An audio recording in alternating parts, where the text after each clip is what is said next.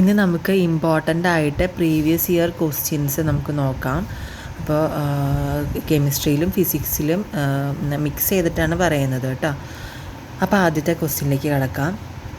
ഏതിനാണ് ഏകദേശം 10ഓളം പ്രകൃതിദത്ത ഐസോട്ടോപ്പുകൾ ഉള്ളത്? അപ്പോൾ ഓപ്ഷനിൽ ടിന്ന്, ലെഡ്, യുറാനിയം, ഫോസ്ഫറസ് ആണ് തന്നിരിക്കുന്നത്.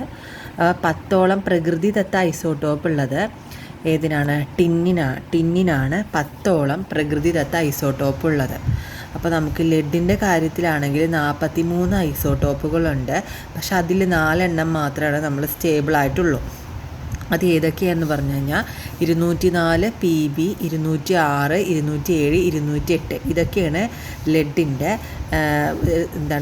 സ്റ്റേബിളായിട്ടുള്ള ഐസോട്ടോപ്പുകൾ. 204, 206, 207, 208.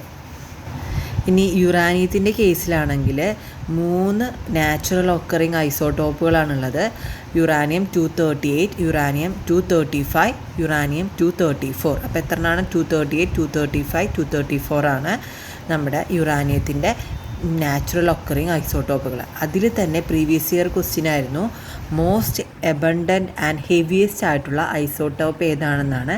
അപ്പോൾ അത് യുറാനിയം 238 ആണ്. യുറാനിയം 238 ആണ് മോസ്റ്റ് അബണ്ടൻറ്റ് ആൻഡ് ഹെവിയസ്റ്റ് ആയിട്ടുള്ള ഐസോട്ടോപ്പ്. ഇനി ഫോസ്ഫറസിൽ 23 ഐസോട്ടോപ്പുകളുണ്ട്. പക്ഷെ അതിൽ സ്റ്റേബിളായിട്ട് ഒരു ഐസോട്ടോപ്പേ ഉള്ളൂ, അതാണ് 31. അപ്പോൾ ഫോസ്ഫറസിലാകെ ഒരു ഐസോട്ടോപ്പ് ആണ് സ്റ്റേബിളായിട്ടുള്ളത്. അപ്പോൾ എല്ലാവർക്കും ഇത് ക്ലിയർ ആയെന്ന് വിചാരിക്കുന്നു. അപ്പോൾ നിങ്ങൾക്ക് അറിയാത്ത കാര്യങ്ങൾ എഴുതിയെടുക്കണം. വെറുതെ ക്ലാസ് കേട്ടിട്ട് കാര്യമില്ല. നമ്മൾ എഴുതിയെടുത്ത് വീണ്ടും വീണ്ടും റിവൈസ് ചെയ്താൽ മാത്രമാണ് നമുക്കിത് കിട്ടുള്ളൂ. ഇനി അടുത്ത ക്വസ്റ്റ്യനാണ് n = 4, l = 2, m = 0 ആയിട്ടുള്ള ഇലക്ട്രോൺ ഓർബിറ്റൽ ഏതാണ്? അപ്പോൾ n = 4, l = 2, m = 0. അപ്പോൾ ഇത് കണ്ടുപിടിക്കാൻ നമുക്ക് ഈസിയാണ്. അതെങ്ങനെയെന്ന് വെച്ച് കഴിഞ്ഞാൽ n = 4 എന്ന് പറയുമ്പോൾ അത് ഏത് ഓർബിറ്റലിലാണ്? എസ് എന്ന് പറഞ്ഞ ഓർബിറ്റലിലാണ് വരുന്നത്. എസ് എന്ന് പറഞ്ഞാൽ 4th ഷെല്ലിലാണ്. സോറി കേട്ടോ, n = 4 എന്ന് പറയുമ്പോൾ അത് ഏത് ഷെല്ലിലാണ് വരിക? 4th ഷെല്ലിലാണ് വരുന്നത്. 4th ഷെല്ലാണ്. അപ്പോൾ ആദ്യം നമ്മൾ 4 എന്ന് എഴുതി. അത് കഴിഞ്ഞിട്ട് ഇനി നമുക്ക് നോക്കേണ്ടത് l = 2 ആണ്. l = 2 എന്ന് പറയുമ്പോൾ ഏതിലാണ്? എസ്സിലാണോ, പിയിലാണോ, ഡിയിലാണോ, എഫിലാണോ വരുന്നുണ്ടെന്ന് നമുക്ക് കണ്ടുപിടിക്കേണ്ടത്. അപ്പോൾ നമുക്ക് 2 എന്ന് പറയുമ്പോൾ l = 0 ആണെങ്കിൽ എസ്സിലായിരിക്കും, l = 1 ആണെങ്കിൽ പിയിലായിരിക്കും, l = 2 ഏതിലായിരിക്കും? ഡിയിലായിരിക്കും. അപ്പോൾ l = 2 എന്ന് പറയുമ്പോൾ ഏതിലാണ് വരിക? ഡിയിലാണ് വരുന്നത്. അപ്പോൾ നമുക്ക് ഈസി ആയിട്ട് കണ്ടുപിടിക്കാൻ പറ്റി. 4Dയിലാണ് ഇലക്ട്രോൺ ഓർബിറ്റൽ. 4D ആണ് ഓർബിറ്റൽ. ഏതാണ്? 4D.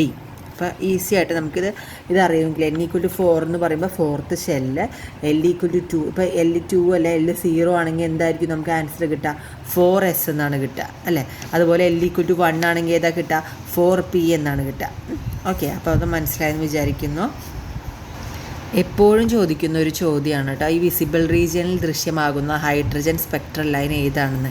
അപ്പോൾ PSCക്ക് വളരെ ഇഷ്ടപ്പെട്ട ഒരു ചോദ്യമാണെന്ന് തോന്നുന്നു.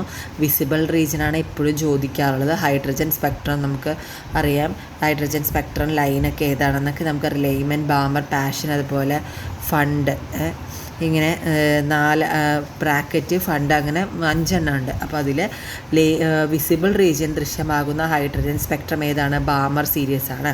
അപ്പോൾ അത് കണ്ടുപിടിക്കണമെങ്കിൽ നമുക്ക് n = 1 ഇപ്പോൾ നമ്മുടെ ലൈറ്റ് വന്നപ്പോൾ n = 1 ഇപ്പോൾ n = 4 നിന്ന് 1 വരാം, അല്ലെങ്കിൽ 3 നിന്ന് 1 വരാം.